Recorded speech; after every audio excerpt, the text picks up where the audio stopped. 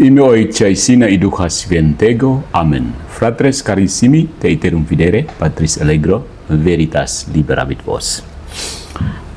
Pasca perdebatan Romo Cafe dan Pendeta Mel Atok, saya pernah muat di status ya, semangat propaganda anti Katolik itu semakin menguat. Jadi terlepas dari komentar-komentar netizen di sosial media, ada dua pendeta yang meluangkan waktu secara khusus untuk memberikan tanggapan. Dan seperti biasa, kaset rusak itu diputar ulang. Mereka tampil seperti biasa, menghindari menjawab pertanyaan dengan membalik tuduhan sebagai strawman. Tapi setelah menyimak pembicaraan mereka justru sedang melarikan diri dari persoalan yang dipertanyakan oleh orang Katolik. Jadi mereka mengaburkan seolah-olah orang Katolik tidak paham. Nah, yang pertama Pendeta Deki Gadas, dia hanya berani mengatakan bahwa orang Katolik bermain dengan boneka jerami. Sebenarnya jauh sebelumnya dia sudah pernah buat pembelaan terhadap sola scriptura yang mengatakan bahwa orang Katolik melakukan strawman, tapi toh tidak menjawab. Sudah pernah tidak menjawab inti pertanyaan dari Gereja Katolik. Kayaknya mereka itu kurang mau berpikir secara mendalam, dan di satu pihak mereka juga sadar bahwa prinsip itu sebenarnya slogan kosong. Ya, slogan kosong. Karena itu pembelaan terhadap sola scriptura, penjelasan itu ujung-ujungnya akhirnya sola scriptura artinya bukan sola scriptura. Ya, nah dalam forum yang lebih jujur, mereka orang Protestan sendiri akhirnya bersepakat untuk menciptakan konstruksi istilah buatan yang disebut sola scriptura, yang secara gramatika sebenarnya tidak ada dalam bahasa Latin. Sola scriptura itu hanya konstruksi buatan orang Protestan yang sadar bahwa slogan sola scriptura memang bermasalah. Karena itu untuk mengalihkan persoalan sola scriptura, dibuatlah istilah sola scriptura, sehingga sesuatu yang sebenarnya kelemahan sola scriptura dipindahkan, digeser ke sola scriptura.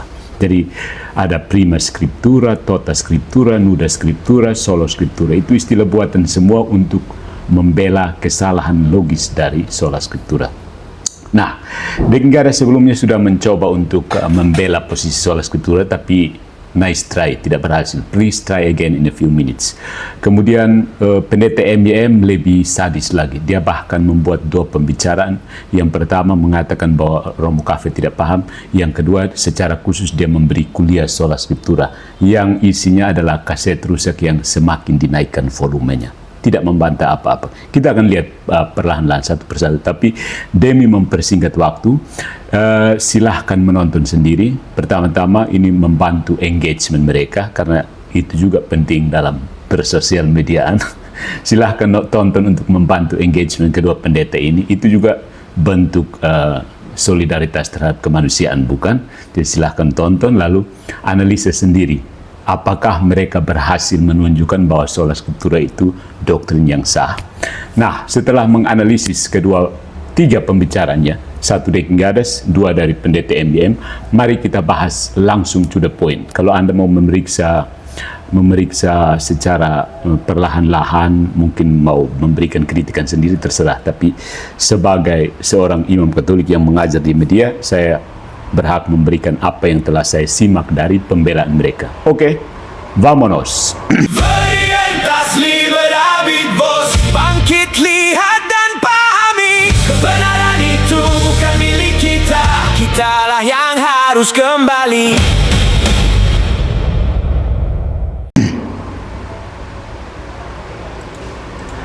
Ya, katekese kita pada siang hari ini berjudul Sola Scriptura. Itu bukan benteng Alkitab, melainkan jalan tol menuju bidat. Ya, Sola Scriptura bukan benteng Alkitab. Sola Scriptura adalah jalan tol menuju bidat. Camkan, jalan tol menuju bidat. Nah, ada dua pendeta reformat, MYM dan DN. Kita singkat saja ya, kamu sudah tahu siapa mereka. Mereka sebenarnya sedang melakukan pekerjaan yang sama. sesama reformat kan, menyelamatkan sola scriptura dari 3 dakwaan klasik yang tidak pernah berhasil mereka bantah. Ya, mereka berusaha menyelamatkan sola scriptura dari 3 dakwaan klasik yang tidak pernah berhasil mereka bantah. Dan justru 3 dakwaan klasik ini yang mempercepat kembalinya orang-orang reformat ke dalam gereja Katolik. Kalau tidak percaya silahkan baca Call to Communion. Di situ blog yang disiapkan secara khusus oleh mantan-mantan reformat Calvinis yang kembali ke gereja Katolik, lalu memberikan perspektifnya dan membandingkan. Ketika dulu mereka sebagai reform Calvinis, pemahaman mereka begini, begitu mereka lihat kebocoran sola scriptura dan beberapa teori kemanusiaan lainnya di Protestan, mereka memutuskan untuk kembali ke gereja. Kalau tidak percaya silahkan ketik di Google Call to Communion Blogspot, nanti akan muncul. Anda bisa baca semuanya di situ. Nah, tiga dakwaan klasik yang tidak pernah berhasil dibantah oleh Protestan manapun di seluruh muka bumi adalah: yang pertama, sola scriptura tidak biblis; yang kedua, sola scriptura tidak logis; dan yang ketiga, sola scriptura tidak historis. Simpan di situ saja, frater. Mereka bicara panjang, ya. MYM berputar-putar dengan implikasi, selaras dengan Alkitab, wahyu umum, common grace, dan all truth is God's truth. Ya, ini MYM putar-putar di situ, gasing, implikasi, selaras dengan Alkitab, wahyu umum, common grace, dan all truth is God's truth. Nah, kalau DN tampil lebih rapi, dia dengan istilah theopneustos, norming norm, strawman, exegesis, anachronism. Tapi setelah asap istilah itu hilang, pertanyaannya tetap berdiri seperti batu karang. Kerana kakak dong, bet berdiri dari tadi, ini soal ada yang pukul beta kok. Nah, itu kalau orang soal yang bilang. Mana bukti bahwa Alkitab mengajarkan sola scriptura? Mana bukti bahwa sola scriptura tidak membatalkan dirinya sendiri? Mana bukti bahwa gereja purba hidup dengan prinsip sola scriptura? Jawabannya, son ada kakak. Ada lupa di cabang batu putih.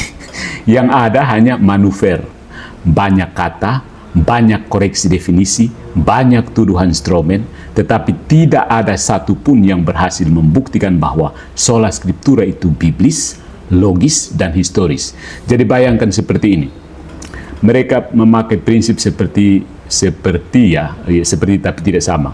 Teologi apofatik, via negativa. Jadi mereka bilang bukan itu. Lalu orang Katolik tanya, kalau begitu yang mana? Mereka tidak tahu mau maksudnya yang mana. Karena mereka hanya bilang bukan itu. Terus orang Katolik bilang kalau begitu yang mana? Itu yang tidak berhasil dijawab sebenarnya. Ya, paham MYM dan DN. Mari kita bongkar satu persatu. Yang pertama, Anda berdua atau untuk penonton di sini, mereka berdua tidak bisa membuktikan sola scriptura itu biblis. Son bisa, karena sola scriptura itu memang ciptaan dari luar Alkitab yang dipaksakan untuk masuk ke dalam Alkitab. Ya, Deki mencoba membangun fondasi dari 2 Timotius bab 3 ayat 16. Ya, kitab suci adalah theopneustos, dinafaskan Allah. Karena itu, menurut dia, kitab suci memiliki otoritas tertinggi. Gereja tidak theopneustos, tradisi tidak theopneustos, magisterium tidak theopneustos. Maka katanya sola scriptura. Keren kan? Keren. Masalahnya sederhana. Ayat itu tidak mengajarkan sola scriptura, ya. 2 Timotius bab 3 ayat 16 mengajarkan bahwa kitab suci diilhami Allah dan berguna untuk mengajar, menyatakan kesalahan, memperbaiki kelakuan, dan mendidik dalam kebenaran. Nah, Katolik percaya itu, Ortodoks percaya itu, Gereja Purba percaya itu. Terus Protestan, ayat itu tidak berkata bahwa hanya kitab suci adalah satu-satunya otoritas final iman Kristen, ya kan? Tidak ada. Deki mengambil ayat tentang inspirasi kitab suci. DN maksudnya. DN mengambil ayat tentang inspirasi kitab suci, lalu memaksanya menjadi ayat tentang eksklusivitas kitab suci. Pahami perbedaannya. inspirasi kitab suci tidak sama dengan eksklusivitas kitab suci. Nah, itu bukan eksegesis, itu penyelundupan doktrin reformasi ke dalam teks Paulus. Hati-hati. Nah, saudara kita MYM juga melakukan hal serupa. Ya, videonya urutannya DN lebih dulu mengupload panjang lebar, tapi sama di situ lebih banyak hibur-hibur penonton Protestan dengan cara maki-maki orang Katolik seperti biasa. Lalu kemudian MYM yang dua video berturut-turut juga melakukan hal yang sama, putar ulang kaset rusak, hanya volume lebih tinggi. MYM juga melakukan hal serupa. Dia berkata, doktrin bisa diterima kalau ada teksnya, implikasinya, atau keselarasan dengan Alkitab. Dia memakai Tritunggal dan Duinatur Kristus sebagai contoh bahwa istilah tidak harus eksplisit.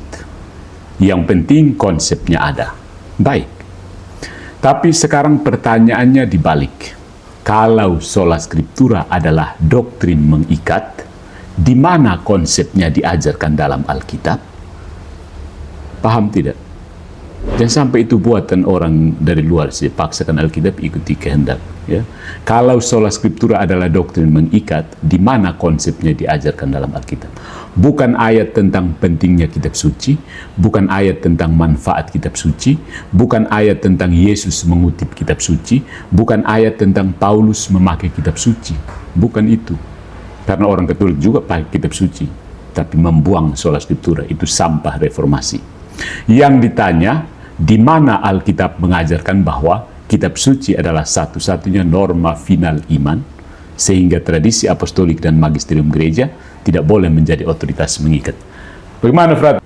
Oke, di mana ini tadi? Oke, jadi yang ditanya oleh orang Katolik itu, di mana Alkitab mengajarkan bahwa kitab suci adalah satu-satunya norma final iman, sehingga tradisi apostolik dan magisterium gereja tidak boleh menjadi otoritas mengikat.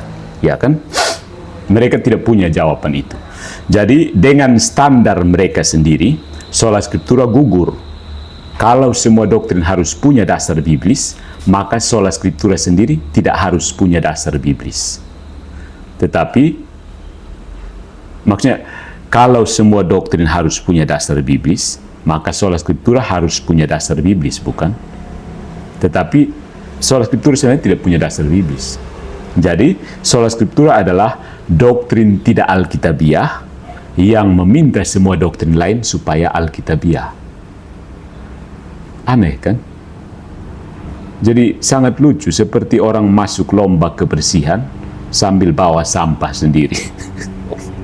bawa sampah, pikul banyak sampah, dia pun sampah sendiri untuk pi lomba kebersihan. Gimana itu? Gimana pula itu ya? Nah, mari kita lihat poin yang kedua. Mereka berdua, kedua pendeta reformat yang bersemangat ini, tidak bisa membuktikan bahwa sola scriptura itu logis. Ya. Kelemahan logisnya sebenarnya lebih parah ya. MYM berkata bahwa semua ajaran harus diuji oleh Alkitab. Yang selaras dengan Alkitab diterima, yang bertentangan ditolak. Nah, DN agak lebih akademis lah, bergaya sedikit akademis. Kitab suci adalah norma tertinggi. Semua otoritas lain bersifat sekunder dan harus diukur oleh kitab suci. Kedengarannya gagah, indah, perkasa. Tapi pertanyaan dasarnya tetap ada. Siapa yang menentukan arti Alkitab ketika penafsir bertentangan? Ketika Deki bertentangan dengan Kilapong, siapa yang menentukan artinya? Kitab suci, Kilapong juga, saya bilang kitab suci. Terus kau kitab suci. Jadi berarti kitab suci memang tidak bisa buat apa-apa. Ya kan? Ya kan? Jadi kitab suci tidak bisa jadi norma tertinggi, karena bagaimana itu dia mau atur Deki dan Kilapong supaya akur? Tidak bisa. That's common sense ya. Siapa yang menentukan arti Alkitab ketika para penafsir bertentangan? Kalau Deki bakalai dengan Edis TV, apa yang terjadi? Tergantung pendukung kah? Siapa yang teriak lebih hebat, siapa yang dapat tepuk tangan lebih banyak, siapa yang dapat like lebih banyak kah? Kayaknya tidak juga ya. Tapi entahlah. Mereka akan menjawab apa coba? Alkitab sendiri. Nah, itu bukan jawaban, itu lingkaran. Lingkaran hermeneutis namanya, vicious circle. Lingkaran setan hermeneutik. Tidak bisa keluar dari situ. Karena yang diperdebatkan bukan apakah Alkitab berotoritas, bukan. Yang diperdebatkan adalah apa arti Alkitab dalam perkara tertentu. Ya, apa arti Alkitab itu dalam perkara tertentu, itu penting. Seperti kalau Deki dan Kilapong baku naik itu, Alkitab buat apa? Atau maksudnya Alkitab diapakan di situ? Entahlah mau diapakan, coba. Nah, contohnya seperti ini. Contoh dalam sejarah. Arian berkata bahwa Yesus tidak setara dengan Bapa. Pakai Alkitab. Sabelian berkata, Bapa, Anak, dan Roh Kudus hanya mode manifestasi Allah. Pakai Alkitab. Norma tertinggi. Nestorian memisahkan Kristus terlalu jauh. Pakai Alkitab juga. Unitarian menolak Tritunggal. Pakai Alkitab. Rudi Layar Teologi itu pakai Alkitab. Erastus, Kilapong. Saksi Yehova menolak keilahian Kristus dalam arti ortodoks. Pakai Alkitab. Semua datang membawa ayat. Advent misalnya, Advent hari ke-7. Yang bilang, orang Kristen tidak boleh beribadah hari Minggu, harus hari Sabtu. Pakai Alkitab. Lengkap. Semua datang membawa ayat. Semua mengaku selaras dengan Alkitab. Semua merasa membaca kitab suci lebih murni daripada yang lain. Ya kan? Jadi kalimat semua harus diuji oleh Alkitab belum menyelesaikan apa-apa. Itu baru membuka masalah. Belum menyelesaikan. Yang diperlukan adalah otoritas yang dapat mengatakan secara mengikat. Ini tafsir apostolik, itu bukan. Ya, itu baru bisa. Dan Alkitab tidak bisa berkata seperti itu. Disitulah gereja Katolik berbicara tentang magisterium. Bukan untuk mengalahkan kitab suci, tetapi untuk melayani sabda Allah dan menjaga tafsir apostolik. Ya. Nah, MYM dan DN menolak magisterium Katolik. Tapi mereka tetap membutuhkan magisterium lain. Pendeta, majelis, klasis, tradisi reformed, pengakuan iman, profesor teologi, channel YouTube, dan tafsir denominasi. Bedanya, magisterium Katolik mengakui dirinya sebagai otoritas penafsir. Magisterium Protestan bekerja diam-diam sambil berpura-pura son ada bro. Magisterium Protestan tetap bekerja, tapi demi penolakan terhadap magisterium Katolik mereka bilang kami som pakai magisterium. Terus Dekingadas dan MYM itu buat apa? Itu kan suara magisterium Protestan menanggapi perdebatan pendeta Mel Atok dan Robo Cafe, bukan? Itu ironi besarnya di situ. Mereka menolak paus di Roma, lalu melahirkan paus-paus kecil di setiap mimbar. Kadang modalnya cuma kamera dan mikrofon. Apa? Kan sudah kubilang sebelumnya, saudaraku, Protestantisme itu perusak kekristenan. Semanis apapun bungkusannya, isinya tetap rusak. Yang ketiga, sola scriptura itu membatalkan dirinya sendiri, self-refuted. Ya, tuduhan self-refuted ini sempat muncul di Dekingadas terhadap Romo Cafe, tapi nanti kita lihat. Kalau prinsip sola scriptura berbunyi, semua doktrin yang mengikat iman harus berdasarkan kitab suci, maka pertanyaan pertama adalah, apakah doktrin sola scriptura sendiri berdasarkan kitab suci? Sonde. Jadi, doktrin ini sudah membatalkan dirinya sendiri.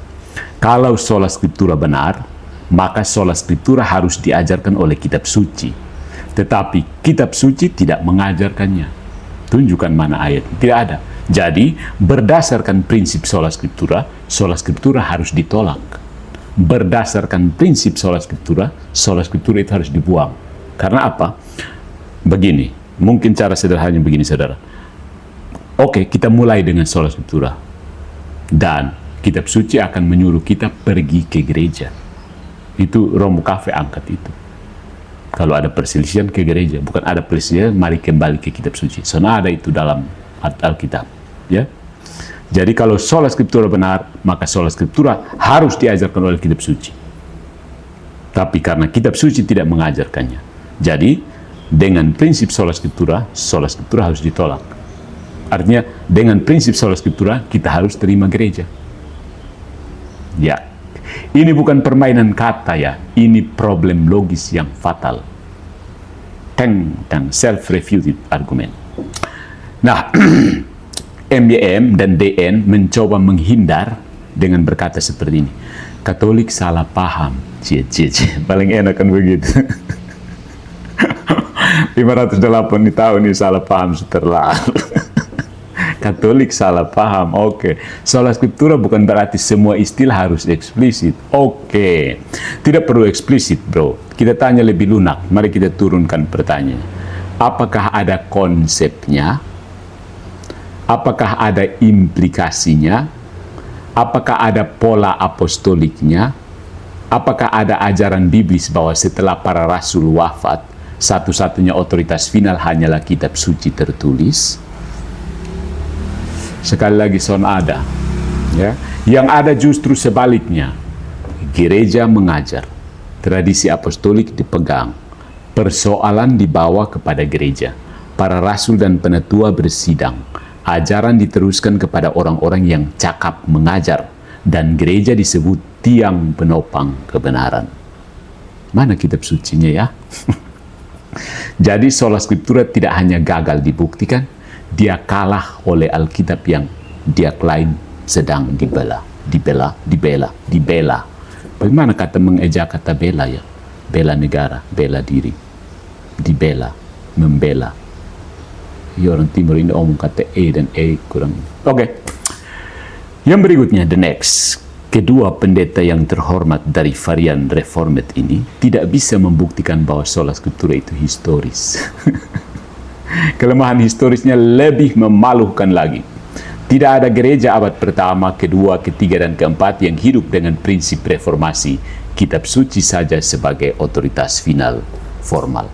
Sementara tradisi dan gereja hanya otoritas sekunder yang boleh ditolak bila bertentangan dengan tafsir saya atas Alkitab. Sonada toh. Gereja purba hidup dari kitab suci, tradisi apostolik, liturgi, sakramen, episkopat, credo, regula fidei, konsili, suksesi apostolik, penjagaan oleh para uskup. Itu fakta historisnya.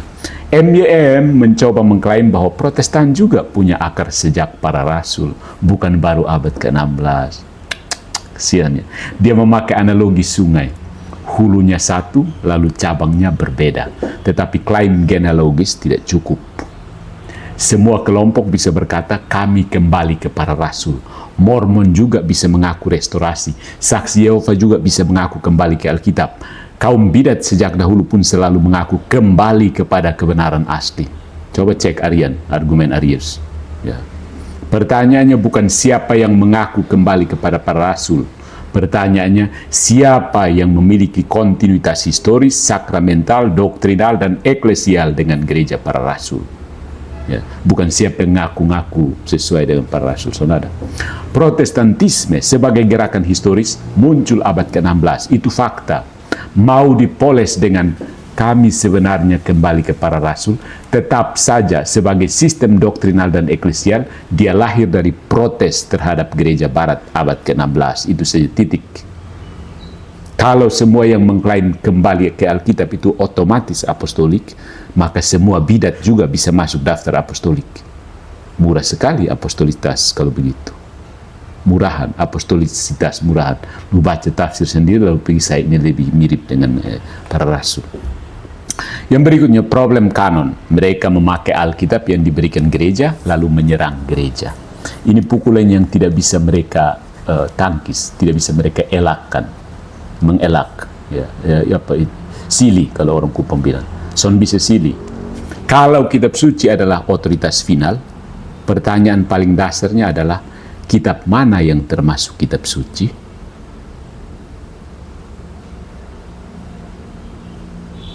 Dari mana kita tahu Injil Matius, Markus, Lukas, Yohanes termasuk kitab suci? Dari mana ya? Dari mana kita tahu surat Ibrani termasuk kitab suci? Dari mana kita tahu Wahyu termasuk kitab suci? Dari mana kita tahu Injil Thomas tidak termasuk? Dari mana daftar 27 kitab Perjanjian Baru? Tidak dari Alkitab saja. Tidak ada daftar isi Perjanjian Baru di dalam Perjanjian Baru. Kanon dikenali dalam gereja melalui tradisi apostolik, pemakaian liturgis, kesaksian gerejawi, dan otoritas gereja. Ya. Jadi sebelum Protestan berkata semua harus diuji oleh Alkitab, dia sudah menerima Alkitab dari proses gereja. Dan ini ironi yang paling menusuk. Mereka menerima daftar kitab suci dari gereja, lalu memakai kitab suci untuk menolak otoritas gereja. Aneh kan? Itu seperti anak yang memakai akta kelahiran dari ibunya untuk membuktikan bahwa ibunya tidak pernah melahirkannya. Sarkasme pun akan ikut malu melihat pola logika seperti ini ya. Kemudian mereka memakai standar ganda. Mari kita akui, kedua pendeta yang terhormat, MYM dan DN, pakai standar janda kali. Ya. Janda apa ya? MYM dan DK itu membela Tritunggal dengan mengatakan istilah Tritunggal tidak ada, tetapi konsepnya ada. Jadi istilah teologis boleh berkembang sejauh menjaga isi iman biblis. Baik, Katolik setuju. Tapi ketika Katolik berbicara tentang magisterium, tradisi suci, suksesi apostolik, perkembangan dogma atau struktur gereja, mereka mendadak berubah menjadi fundamentalis terminologis. Mana kata magisterium di Perjanjian Baru? Mana struktur paus seperti sekarang di abad pertama? Mana daftar tradisi lisan? Mana Ari Maria Assumpta tertulis eksplisit? Nah, tunggu dulu. Kalau untuk Tritunggal boleh memakai implikasi, perkembangan istilah, sintesis teologis, dan pembacaan keseluruhan iman gereja, kenapa untuk eklesiologi Katolik tiba-tiba harus eksplisit seperti daftar belanja di Pasar Oeba? Kecap manis 2 pak, bawang goreng, bawang merah, bawang putih, serai, ikan tuna ke ikan mas, daftar belanja. Ini sudah daftar belanjanya. Ini standar ganda namanya. Untuk doktrin mereka, jangan sempit. Lihat konsepnya. Untuk doktrin Katolik, mana kata eksplisitnya? Itu bukan metode, itu akrobat apologetik. Ya. Standar janda. Yang berikutnya, mereka, kedua pendeta yang terhormat dari varian reformat ini, menuduh Katolik strawman. Ini jelas-jelas tuduhan mereka bahwa Romo Cafe strawman. Tapi mereka sendiri membuat strawman. DN berkali-kali menuduh Romo Cafe membuat strawman. Katanya, Protestan tidak menolak semua otoritas. Protestan hanya menempatkan kitab suci sebagai otoritas tertinggi. Baik, Pak Deki. Tapi Anda sendiri membuat strawman terhadap Katolik. Seperti biasa, kalau tidak main strawman tidak akan berhasil. Tidak akan berhasil menggurui penonton yang rata-rata kecerdasannya di bawah. Dia menggambarkan devosi Katolik sebagai cium-cium patung. Seolah-olah Katolik menyembah semen, kayu, cat, dan batu. Dan itu efektif kan? Dia tahu bahwa itu efektif untuk pendengarnya yang rata-rata pendidikan kurang, literasi kurang. Itu karikatur murahan untuk konsumsi netizen yang memang desperately looking for authority. Karikatur murahan. Katolik membedakan latria, dulia, dan hiperdulia. Katolik tidak menyembah patung. Titik. Penghormatan kepada gambar atau patung bersifat relatif kepada pribadi yang direpresentasikan. Sama seperti orang mencium foto ibunya bukan karena menyembah kertas foto yang kebetulan harum kan. Ya, dulu yang kertas surat cinta itu. Zaman tahun 90-an.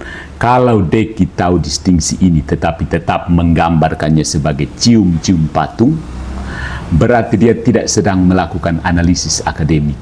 Dia sedang menjual karikatur untuk penonton yang memang rata-rata literasi rendah. Saya sudah ikuti di situ.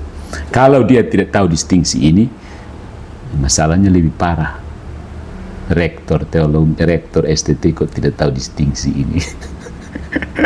Yang berikutnya, sola scriptura ini yang paling penting untuk teman-teman ya, Katolik dan Protestan yang kebetulan menonton. Sola scriptura adalah modus operandi bidat. Silahkan tantang pernyataan saya ini. Sola scriptura adalah modus operandi bidat sepanjang sejarah gereja. Ini bagian yang harus dikatakan dengan terang dan jelas supaya jangan ada dusta di antara kita. Sepanjang sejarah gereja, bidat hampir selalu datang dengan pola yang sama. Ambil kitab suci, pisahkan dari tradisi apostolik, tafsirkan dengan sistem sendiri, klaim kembali ke kemurnian asli, tuduh gereja sudah menyimpang, bangun komunitas baru. That's how bidat works. Itulah modus operandi bidat. Arianisme tidak muncul dengan berkata kami menolak Alkitab. No, mereka memakai Alkitab. Sabellianisme tidak berkata kami anti Alkitab, kami kan anti kitab suci. Tidak, mereka pakai Alkitab. Nestorianisme pakai Alkitab. Monofisitisme pakai Alkitab. Ikonoklasme pakai Alkitab. Kaum sektarian modern pakai Alkitab. Christian Scientisme, apalagi the Church of Jesus Christ in the Hill of the Song. Aneh-aneh itu sekte-sekte Protestan modern sekarang. Itu semua pakai Alkitab, bro. Kamu pikir mereka bilang kami anti Alkitab? Tidak ada. Semua sekte modern Protestan itu pakai Alkitab. Semua datang dengan ayat. Semua datang dengan klaim kami lebih setia pada firman. Di Indonesia ada yang namanya GMM, sekte terbaru Protestan di Indonesia, gereja mula-mula. Semua datang dengan semangat memurnikan gereja dari tradisi manusia. Lalu gereja harus turun tangan melalui sepanjang sejarah. Gereja harus turun tangan melalui konsili, kredo, dan otoritas pengajaran untuk mengatakan tafsir ini bukan iman apostolik. Karena kitab suci tidak bisa omong begitu. Kalau you salah tafsir, kitab suci tidak bisa buat apa-apa, bro. Tidak bisa. Ya. Kitab suci tidak bisa bilang, mas bro, sabar, lu ada salah tafsir nih. Sana ada. Gas terus. Jadi, setiap kali semua kelompok yang datang baca Alkitab lalu menyodorkan gagasan, gereja turun tangan melalui konsili, kredo, dan otoritas pengajaran untuk mengatakan tafsir ini bukan iman apostolik. Nah, masalah bidat bukan karena mereka tidak punya Alkitab. Masalah bidat adalah mereka memisahkan Alkitab dari gereja yang berwenang menafsirkannya. Itulah sebabnya sola scriptura berbahaya, bro. Bukan karena dia mencintai Alkitab, tetapi karena dia menjadikan Alkitab tersedia bagi setiap sistem tafsir untuk mendirikan gereja baru atas nama kembali ke firman. Scripture alone dalam praktik sering menjadi scripture plus my interpretation, scripture plus my denomination, scripture plus my confession, scripture plus my pastor, scripture plus my YouTube channel. Ya, jadi sola scriptura itu dalam praktiknya itu sama dengan antara kitab suci plus interpretasi saya, kitab suci tambah denom saya, kitab suci tambah pengakuan iman saya, kitab suci tambah pastor favorit saya, misalnya PS Andi Simon, kitab suci plus YouTube favorit saya, misalnya Verum Veritatis. Ya kan? Tapi karena semua itu dibungkus dengan kata Alkitab, orang merasa suci. Keren. Jadi kalau mau jadi suci tinggal bilang ini Alkitabiah. Ya. Padahal bidat juga sudah begitu sejak awal. Belum ada internet, bidat dong pakai Alkitabiah. Ya. Oke, yang berikut sola scriptura tidak menjaga kemurnian. Sola scriptura tidak menjaga. Sola scriptura menormalkan perpecahan. Ada satu ungkapan dari apologet dari Amerika, sola scriptura is the blueprint of anarchy. The blueprint of anarchy. Kenapa Deki bisa baku naik dengan kilapong? Ya, gara-gara sola scriptura. Ya. Kalau sola scriptura benar-benar prinsip yang jelas, cukup dan operasional, hasil historisnya seharusnya kesatuan doktrinal. Tetapi apa buah historisnya? Fragmentasi, denominasi, sinode pecah, gereja pecah, tafsir pecah, baptis diperdebatkan, ekaristi diperdebatkan, keselamatan diperdebatkan, predestinasi diperdebatkan, karunia roh diperdebatkan, struktur gereja diperdebatkan, moral seksual diperdebatkan, perempuan ditabiskan atau tidak diperdebatkan. Semua sambil membawa Alkitab. Alkitab hanya bilang, bosong atur serta bete ikosa.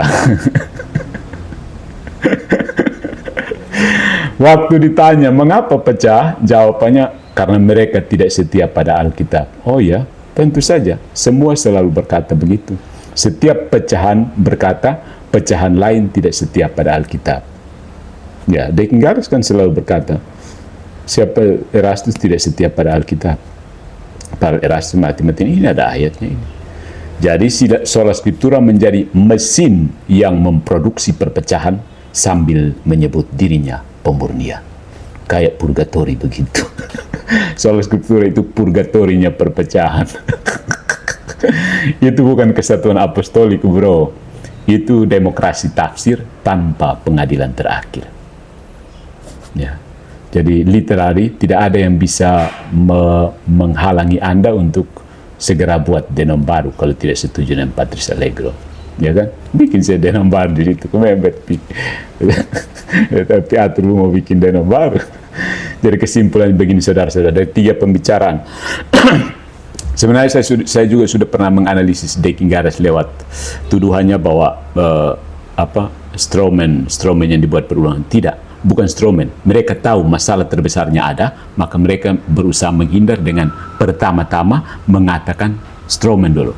Coba kamu analisis, ya sudahlah, supaya ya ini maksudnya seruan saya supaya membantu engagement Deki lebih meningkat lagi. Silahkan nonton video terbarunya soal tentang terhadap kafe.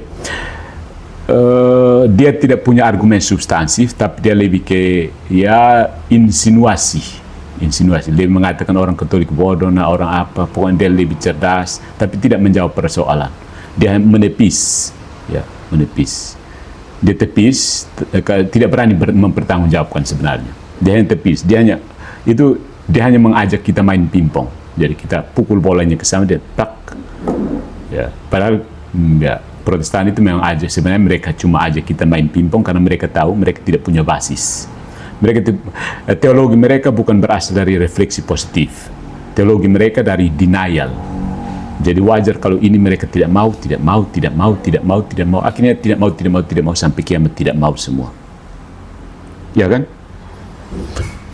MYM dan Deki tidak berhasil membantah 3 dakwaan terhadap Sola Scriptura. Itu siapa? Kate Mathison, siapa lagi? Gavin Orlund juga gasing, putar-putar gasing yang sampai. Belum ada, apalagi dari Ligoner itu. Ligoner dan Ernst Paul, ya, mereka hanya bikin gasing. Siapa yang di Indonesia? Yang level internasional saya tidak berkutik dengan Sola Scriptura. MYM dan Deking Gadas tidak berhasil membantah 3 dakwaan terhadap Sola Scriptura. Nah, ada penjelasan yang lebih masuk akal kenapa Protestan mati-matian percaya kitab suci, mati-matian hanya mengandalkan Sola Scriptura meskipun mereka tahu bahwa itu bolong, argumennya bolong. Ada, nanti kita masukkan di situ. Ini soal motive of credibility, motif kredibilitatis, ya. Nah, bagi Protestan itu kitab suci punya motif kredibilitatis, tapi ujung-ujungnya Katolik bilang yang punya motif kredibilitatis itu gereja, bukan Alkitab. Tapi itu persoalan lain, ya. Sebenarnya kita Katolik kalau mau menjelaskan teman-teman Protestan sampai paham kenapa Sola Scriptura itu harus dibuang ke tempatnya di tempat sampah, itu harus menyinggung motif of credibility ini, ya. Dan saya lihat belum ada pendeta Protestan yang mencoba mempertahankan Sola Scriptura dengan argumen motive of credibility. Jadi kita reserve dulu. Kalau ada yang berani baru kita kebas. Kalau ada yang berani angkat ini motive of credibility baru kita kebas. Ya, reserve dulu. Senjatanya di reserve dulu. Kalau kan namanya kalau serang kecil saya tidak usah langsung ambil basoka untuk taruh kan. Pelan-pelan sih. Ya. Jadi, pertama, Sola Scriptura tidak biblis. Bro, camkan. Sola Scriptura tidak biblis. Karena tidak ada ayat yang mengajarkan bahwa kitab suci adalah satu-satunya otoritas final iman Kristen, terpisah dari tradisi apostolik dan magisterium gereja. Yang kedua, Sola Scriptura tidak logis. Ya, karena prinsip itu tidak dapat membuktikan dirinya sendiri dari kitab suci, membutuhkan kanon yang tidak diberikan oleh kitab suci sendiri, dan memerlukan otoritas tafsir yang dia tolak.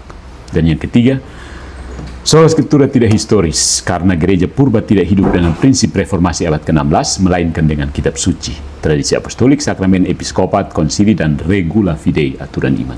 Jadi, Sola Scriptura bukan benteng iman apostolik. Dia adalah pisau yang memotong kitab suci dari tubuh gereja. Setelah dipotong, kitab suci dibawa ke pasar tafsir, lalu setiap orang membuka lapak dengan tulisan besar-besar, "Tafsir kami paling Alkitabiah," dan disitulah bidat bekerja. Bukan dengan membakar Alkitab, tetapi dengan mengutipnya melawan gereja. Dan justru karena itu, Gereja Katolik tidak berkata Alkitab tidak cukup dalam arti merendahkan Alkitab. Gereja berkata Alkitab tidak pernah dimaksudkan menjadi yatim piatu. Alkitab lahir dalam gereja, dibaca dalam gereja, dijaga oleh gereja, dan ditafsirkan secara otentik dalam gereja. Mereka yang meneriakan Alkitab saja biasanya tidak benar-benar hanya membawa Alkitab. Mereka membawa Alkitab plus tafsir mereka, plus tradisi mereka, plus pendeta mereka, plus sinode mereka, plus asumsi teologis mereka. Bedanya, Katolik jujur mengakui kitab suci, tradisi suci, dan magisterium. Sola Scriptura memakai tradisi secara diam-diam, menolak magisterium secara resmi, lalu melahirkan magisterium kecil-kecil di setiap mimbar, bahkan di setiap status Facebook. Itulah tragedinya. Itulah kerusakan kekristenan yang dihasilkan oleh Protestantisme. Jadi ingat, kata-kata saya masih valid sampai sekarang. Protestantisme adalah perusak kekristenan. Tragedi. Bukan kembali ke para rasul, tetapi kembali ke kebiasaan lama para bidat. Membawa Alkitab, memisahkannya dari gereja, lalu menyebut pemberontakan sebagai pemurnian. Orang Katolik bilang, kapan mau kembali bro? Kau ada tunggu nih. Oke, begitu ya.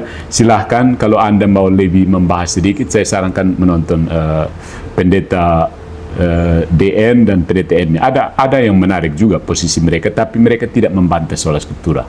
Mereka pada umumnya menegaskan bahwa Alkitab itu berotoritas, tapi bukan itu tuduhan Katolik. Ya, mereka menegaskan, misalnya Dekingaris mengatakan Theopneustos, tapi kesimpulannya bukan itu. Theopneustos bukan berarti kalau begitu hanya Alkitab, tidak. That's it. Oke ya, my friends. Good job tanggapan dari Protestan. Tapi ingat, kalau Anda orang Katolik atau mungkin Protestan yang mau belajar, ada satu buku yang saya dapat secara gratis. Itu judulnya, saya harus cek judulnya. Bisa untuk sebagai bahan, kalau bisa DM saya bisa kirim. Not by Scripture alone. Sabar, saya kasih tunjuk ya. Mungkin bisa menjadi bahan untuk Anda belajar kah? Not by Scripture alone. Pakai bahasa British. Not by Scripture alone. Not by Scripture alone. Not by Scripture alone. So let's go. Maybe this one. Okay, not by Scripture alone. Not by Scripture alone.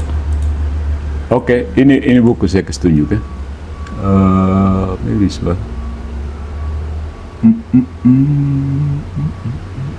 Mana tuh? Okay, it's ours. Capture card. No.